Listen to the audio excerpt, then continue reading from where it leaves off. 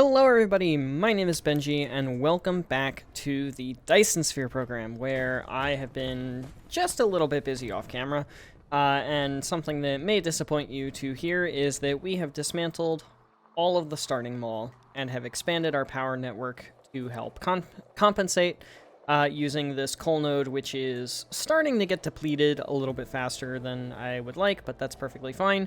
We attached our old iron mine and our old copper mines, which this one only has like 9,000 left in reserve, into a logistic station. Along with, we will probably hook up this stone at some point in time, or maybe this coal, or maybe we'll hook up both of these to their own logistic station, just so that we have the freedom for all of this. We also got rid of our old oil setup, and we have plastic being sourced out of here from our old plastic processing, which I put way too much storage on. I don't really know why I did that, but I mean, past Benji is past Benji for a reason, right? And then we hooked up this little tiny copper vein as well. This was all already hooked up. This is all that is left of the stuff that would not fit when I was dismantling everything for good. These stone and copper and oil will all go into a logistic station, probably alongside this iron, because that iron will be very useful to have in circulation. And then, of course, our light oil reserves from our old oil processing is being put into these three with all of the leftover materials from prior to dismantling. And then in terms of other things I've done, I went on ahead and expanded everything here. So we have the BABs, we have the impulse cannons, we've got the laser turrets, we've got the signal towers, which I think are their own thing. Yeah, the signal towers are a 3 input, 1 output. And then we, of course, have the shield generators. But you'll notice that a majority of the mall is still not fully operational. And that is because we are missing 3 very, very key ingredients that we can make on this planet, as well as a 4th very, very key ingredient that we will be making on another planet, our secondary expansion planet. And the ones that we're missing on this planet are the blue motors, the supermagnetic rings, which are a 2-to-1 at a ratio of 3 seconds, so we need a little bit more than double the machines, but definitely double the electromagnetic turbines in order to make the supermagnetic rings. The particle containers, which of course also need green motors, which means we're going to be pasting down another motor production facility, because we're going to need a lot more of those. And those are the 2 that we can make on this planet. This is another one we can make on this planet once we start importing titanium, which is the titanium alloy, which is very heavy on sulfuric acid, but that's fine. We will be making it to a ratio of probably a yellow belt worth 6 per second worth of the sulfuric acid, just because we have a sulfuric acid blueprint. And then on terms of the other planet, we will be doing processors on the other planet, because it's just copper, iron, and silica. And then we will also be making silica, of course, crystal silica, of course, and then titanium ingots on that planet. And I have a whole plan in which we're going to have titanium alloy, ammunition, titanium ammo boxes, because we have so much titanium on that planet, and it's all going to be great. So in terms of the first thing that we're going to do today, of course, we need to get blue motors online ASAP. So we're going to do the blue motors over here, just because the green motors are super duper local. There's no point in us trying to do a single interplanetary or single planetary logistics station for this, because it just won't work. So instead, what we have here is, I believe, half the production. So we have 6 per second here, and we're going to make this blue one with that in mind. So we need magnets, energetic graphite, and green motors in order to have this working properly. I am going to take all of these down in numbers, just because of the fact that I don't really want some of this stuff to be stocking up in super high quantities like we've had for the majority of this. I should have done that as we went along anyway, but too late now, not going back for it. And then, of course, it's going to be supplying the supermagnetic rings, which we will do at a rate of 5,000. And then in terms of how many we need for 6 per second of the green motors, we've got 6 per second of these divided by 2 multiplied by 3 is 9 machines. So this is actually going to be pretty small if we only end up doing it for 6 per second. So I think what I'll do is I will make it with 12 per second in. So essentially what we're going to have happen here is this is going to come out on the one belt. And yeah, this is like super tiny. So we're going to go on ahead and a little bit more just to make sure that we got this super duper saturated over time. And then also keep in mind that this is this makes half as many green, and this makes half as many blue. So, yeah, we need a lot of motors. But that is A-okay. We want to have these guys like this, and then have that like that, and then take it, copy it, paste it, like so, and then just straight up fill that out from there. The next thing that we're going to want, can I build it here, is particle containers, which I also want to build with the 6 per second of the green motors in mind. So 6 divided 2 multiplied by 4 is 12 machines. So we're going to end up doing kind of the same thing as we have here, except with 6 machines instead of 5. So we can in fact put that there. We can jack this all the way up. These require 3 inputs and 1 output, wouldn't you know it? So copper, graphene, I got it right. And then green motors. Of course, I'm going to take all of the way down, or kind of down, and then particle containers. And then we're literally going to have pretty much the exact same thing. I'm going to go on ahead and do this, though, and have them a little farther out. I messed up. I messed up. Oh, I hate when I do that, man. I absolutely hate it when I do that. That's okay. I'll fix that. But yeah, it's pretty much just going to be literally the exact same thing, except it's going to be 6 of these guys, and we are going to go on ahead and bump them out 1, just so that we don't run into any sort of issues. It didn't keep the settings. That's fine, I'll fix it in a minute. And then I'll do the same with these. I'll bump them out 1, just to make things nice and cooperative as we expand onto other planets and quite probably wind up having bigger issues with latitude differences in the future. But that's okay overall, we'll be perfectly fine. So that'll take care of the super magnetic rings. This is literally going to be the exact same design over here for the particle containers, which means these guys are going to be there. And then, of course, mirror it up on the top as well. And then in terms of the last little thing before I go and do all of this off camera, instead of boring you to death for the next 10 minutes, and then we can actually have like some research things and talk about that, is this, the titanium alloy. And the titanium alloy, there's not a whole lot of room here, but there is a little bit here. I think I will do it probably on this one, just to be safe. And I can raise that up with soil. And then titanium alloys require titanium, sulfur, and steel, which is just bonkers. I'm gonna leave the sulfur the whole way up, just because.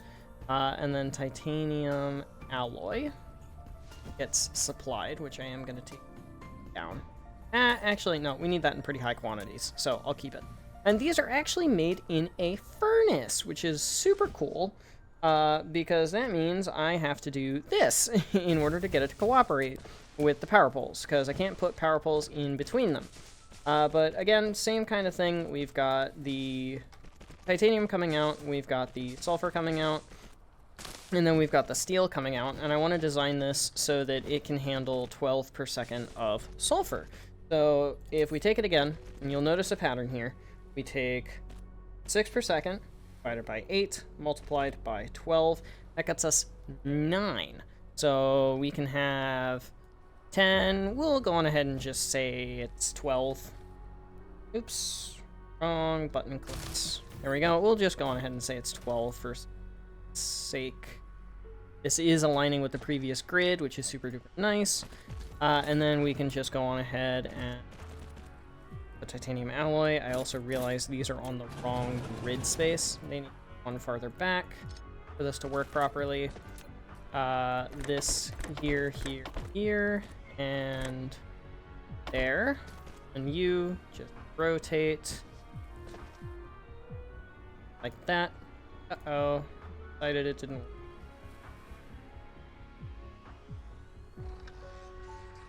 Why don't you want? Oh, because it's these things and they're stupid. That's right. Yeah, okay. So it does need to be like this, then. Well, that's good to know. That also means these belts are going to need to be extended a little more, which is totally fine. Also means these are going to have to go away a little bit.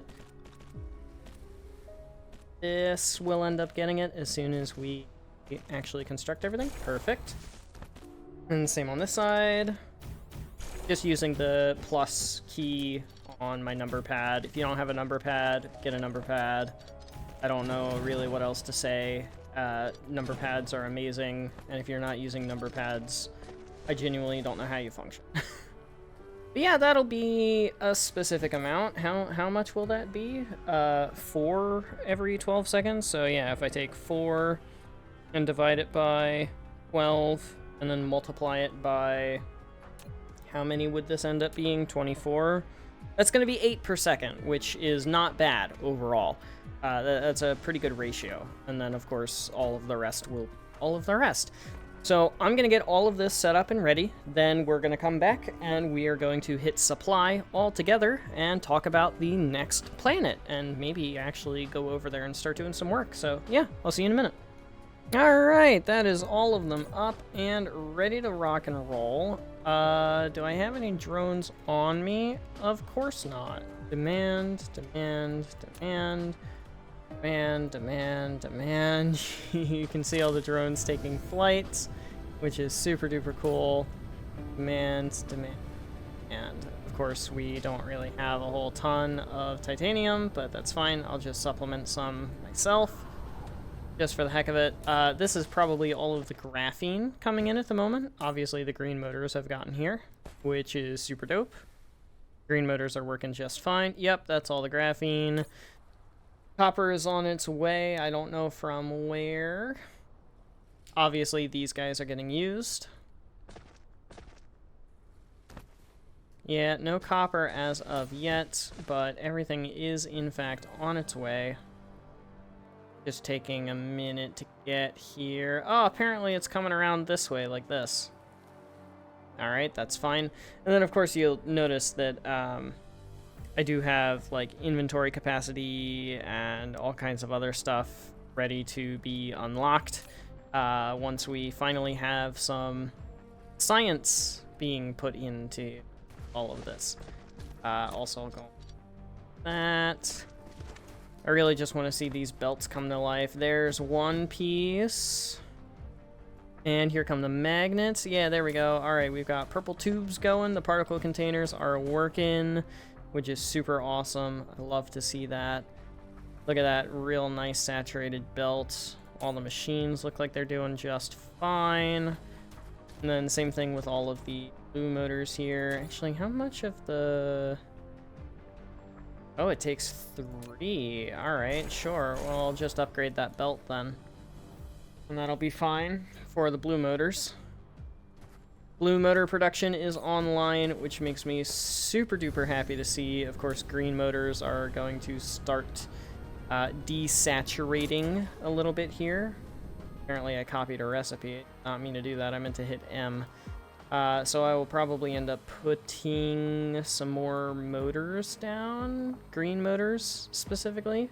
Down. Somewhere. I'm looking for a good spot right now. I'm thinking right here maybe would be a good spot next to the yellow science. If not there, probably up here, and I'll just bridge this gap with some foundations. I think that'll probably be fine overall. The green motors actually don't seem to be doing too terribly, but it might also just be a product of not having enough drones to really saturate everything. Which the microcrystalline components are going to take care of. And then, of course, yes, we do in fact have these guys working. I will go on ahead and upgrade the sulfur belt just to make sure that we really have the processing power for all of this ready to rock and roll, even though, of course, we are about to run out of titanium. Yep. There's the last of the titanium. However, we should see that the mall has a couple of different parts starting to work that were not working before. Looks like, yeah, this guy is starting to work, and he was not prior. And then in terms of other things, we're of course going to need some of these guys, and they've got some processors and everything else, but no titanium alloy yet. Working on that at the moment. I'll probably have to go grab some titanium off of the other planet in order to make those. And then, of course, they also need these guys, so... Is it you? Are you the other ones? No, you're the piler. Is it you? Yeah, there we go. You're the interstellar logistics station. So, where's the thing that I was thinking that you were? You over here? Is it you? I don't know what you are. You've got all of these things. What are you? Oh, you're these. Do I have those yet? No, I don't have those yet. Those are power exchangers. Apparently I don't have power exchangers yet. What are you? Oh, quantum chips? Okay, alright. Yeah, no, that's spotlight mining. What are you? Okay, you're that. Where the heck are... It's been so long since I built this mall. Where the heck is... There it is! The orbital collector. That's all the way down here. And yeah, that's a whole big thing that we'll have eventually, .tm. The last thing that I would like to do today is set up at least one interstellar logistics station, because they're cool. And yay, look, we've got interstellar thrusters working. What are these things called? Reinforced thrusters. We've got reinforced thrusters working, guys. Isn't that just the coolest thing? And then, of course, we will eventually have interstellar logistics stations, eventually.tm. And then I'm also going to need some planetary logistics stations to supplement that process as well. Look, there's titanium alloy. Look, there it goes. But yeah, for right now, I'm going to head over to the other planet, our planet number 2 expansion, and go grab some materials. And then eventually we will have interstellar logistics hub, and we'll probably just place it here. Because for right now, all we're going to be importing from the other planet is going to be silica, titanium, crystal silica, processors. That's going to be it. All we're going to be supplementing from that planet. And that can, in fact, be done with a single interstellar logistics station. Because these guys have 4 slots, those have 5, which is super nice. So, yeah, I will be back ever so momentarily, and we'll have the materials to do that. See you soon. Oh, materials are finally completed, which makes me feel absolutely amazing. I'm very happy about this, and we finally have not just one, of course, but 2 interstellar logistics stations. Because we need one, of course, on this planet, but we also need one on the other planet. And just for size comparison, here's the 2 of them side by side. Little bit bonkers, if you ask me. But essentially what we can do with these guys, you see we have a lot more options here. Orbital collectors, warpers required. We don't even have warpers yet. That's not even a thing. You'll see I also collected some interstellar logistics vessels. I do not have any logistics drones on me. That's something that we don't have automated because we don't have processors. Because we don't have silica on this planet. Charging power is 60 megawatts by default instead of 12 because these guys take big old power. Lots and lots and lots of power. Minimum load of drones, minimum load of vessels is of course 100% by default. We're also going to do that. Warp distance is 12 AU. We don't have anything near that far. I mean, the farthest distance from us would be opposite orbit of this. So 0.7 plus 0.9, basically a little over 1.5 in order to get from this planet to the other. So we're not even worried about that. Vessel transport range infinite. We're actually going to take that down to within 1 light year. Just because this is going to be system only, and then drone transport range 180 degrees, that just means it can have the entirety of the planet. You'll notice if we pop these guys up on top, they do in fact go up on top.